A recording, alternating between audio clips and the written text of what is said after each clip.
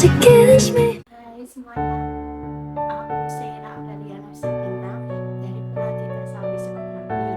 Hari ini aku mau ngajak kalian ngobrol, tapi bukan sembarang ngobrol. Kita akan ngobrol sesuatu. Kalian pernah nggak sih ngerasa capek? Bukan sebenarnya capek, tapi capek fisik, capek batin, ada luka, tapi kita bingung luka itu dari mana. Nah, mungkin saatnya kita belajar atau kenalan yang sesuatu yang namanya konseling sofistik.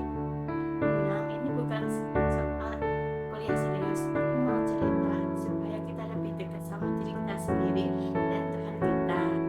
Nah, konseling sofistik itu adalah pendekatan penyembuhan psikologis dan spiritual. Kalau biasanya orang ke psikolog untuk mengobrol masalah, kalau di sini di psikoterapi kita diajak untuk menyadari luka, menyadari diri bahwa di balik semua ini ada tangan Tuhan yang ingin kita kembali ke Tuhan, pulang. Ruang lingkup konseling ini luas banget loh, dari orang yang mulai rasa gelisah, kehilangan arah, trauma masa lalu, kecemasan, bahkan rasa hampa yang nggak tahu rasanya gimana itu. Dan nggak cuma untuk individu, konseling sofistik itu bisa diterapkan oleh keluarga, komunitas, bahkan lembaga.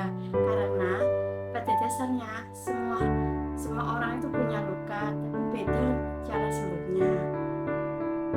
Dasar dari konseling ini banyak banget loh. Kita belajar dari tokoh-tokoh besar seperti Imam Al-Ghazali yang ngajarin kita pentingnya kita mengenali hati, dari Jalalaini yang bilang bahwa luka itu luka cahaya masuk, dan dari Ibnu Arabi yang mengajarkan kita cinta ilahiyah.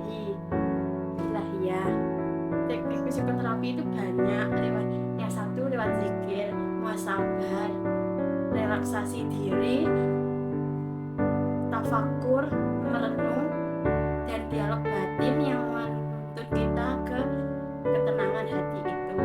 Konseling sofistik itu menurutku cocok banget buat generasi kita Gen Z. Di tengah dunia ini yang serba cepat, serba pamer, serba bandingin diri, kita butuh ruang buat diam, buat kembali ke diri kita, buat bertanya sebenarnya aku ini siapa, mau lagi ngapain, mau kemana.